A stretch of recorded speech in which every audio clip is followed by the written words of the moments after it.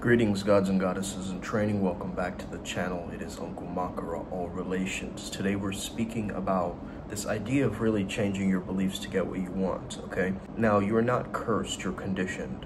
Every cant is like almost a bug in your brain that's pretending to be a prophecy. You gotta drop that, okay? You gotta drop those limiting beliefs. If you want hair, if you want health, if you want love, if you want status, you have to stop praying at the altar of maybe I'll get these later, right? A lot of the times when we try to manifest something, we do it very half-heartedly, right? There's not that level of a conviction or a determination or even a certainty that we have these things. Now, I think the placebo effect of us being that certain actually pulls in the reality that we truly prefer. So the body listens to the loudest broadcaster in your mind. If your inner radio is constantly looping doom, then your cells are dancing to doom. So nocebo is a do-it-yourself black magic. You're chanting, it doesn't work, and of course it doesn't. You're the sorcerer and the spell. You gotta flip it. Saturate your nervous system with the felt end state. I'm not talking about whimsical fantasies. I'm talking about somatic certainty, tasting the wind, wearing it in your breath, letting your spine memorize it. When your fascia even believes it, then reality is following you. So beliefs aren't facts, they're contracts. You signed, I'm unlucky, I age fast, love is hard, and then you have kept paying the premium on those beliefs. Tear up that paperwork and start drafting a new policy, I'm telling you. My outcomes mirror my conviction, my outcomes mirror my conviction, my outcomes mirror my conviction. Every time you cite a case study against yourself, you're outsourcing your sovereignty. Data points aren't destiny. Make your body the counterexample. You don't need permission to be inevitable. Choose a timeline and start overfeeding it with your attention. Just overfeed it. I'm telling you, max it out. Max it out. Optimize it. Starve the other realities. Watch them wither like unused neural traits. So quit arguing for limitations in the comment section of your own mind. You're winning debates that are costing you your life. And stop auditioning for tragedy. If your daily self-talk would disqualify a friend from advising you, it should not be advising you. You see, identity is like a thermostat. You set it higher and the room obeys. If you keep calling yourself different terminologies, right? Oh, I'm average and mediocre. Oh, I'm broken. Oh, I'm balding. Oh, I'm this. Oh, I'm that. Then the universe dutifully calibrates to keep you comfortable in the cold. Faith isn't pretending, it's precision. It's choosing a frequency and refusing to detune when the old station crackles back. You hold the note. Build rituals that bully your biology into belief. Morning embodiment of the end state. Noon interruption of doubt. Nighttime gratitude as if it's done already. Repetition turns thunder into climate. And when you stop feeding the what if it fails wolf, and you're playing not to lose, okay? But you're playing to win. And you're playing not to lose, but you're playing to win. Then of course it works. Wolf gets bigger. It gets huge and angry. And then it starts to hunt down results. So let the world call you delusional, because your results will call it calibration. So this is the game. Eradicate inner contradiction. Marinate in certainty. And outlaw nocebo. Do that and relentlessly watch your life change and transform. Watch life sprint to keep up with your decisions. You see, you've been hypnotized by your own voice notes. Every day you repeat some kind of a new spell. Not yet, not me, not possible. And then you start calling it realism. I'm just being realistic, right? That's what you say to yourself. Meanwhile, your cells are polyglots in belief. They speak cortisol and conviction, entropy and ecstasy. They don't care about your think pieces. They take dictation from your felt certainty. This is how I muscle test. All I'm muscle testing is certainty. okay? And right now, maybe your certainty is binge watching worst case scenarios like it's a Netflix special for the nervous system. Let's rupture that. Here's a new law you can tattoo into your bone marrow. Reality is a servant to identity.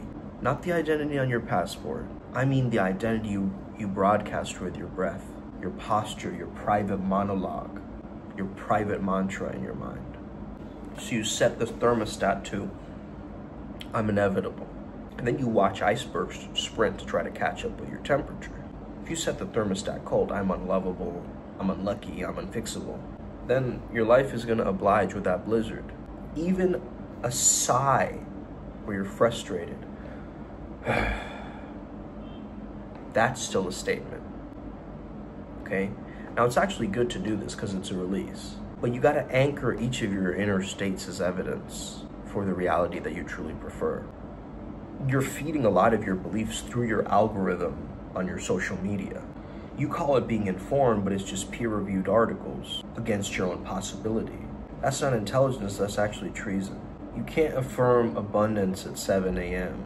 and then start cosplaying scarcity at 7:15. You can't visualize thick, beautiful hair and then telling 3 people, oh man, I'm genetically doomed. You just contradicted yourself. And this is what most people do.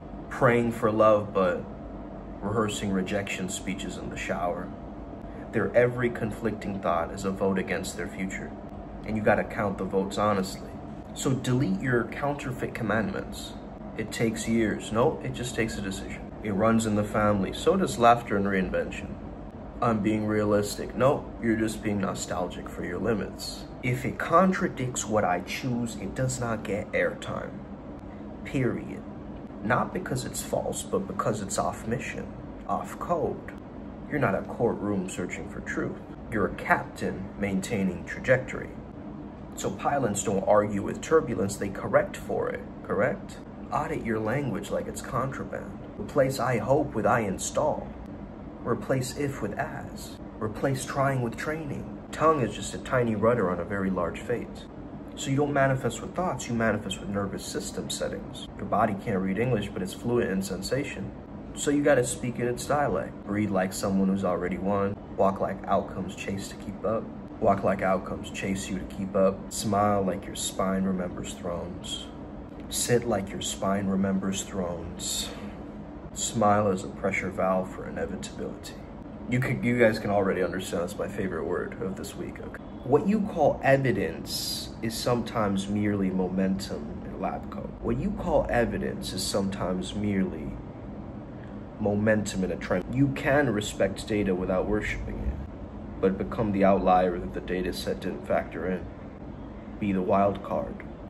Give yourself a name, in fact. The you that has it all. Calm Titan, the lion-hearted.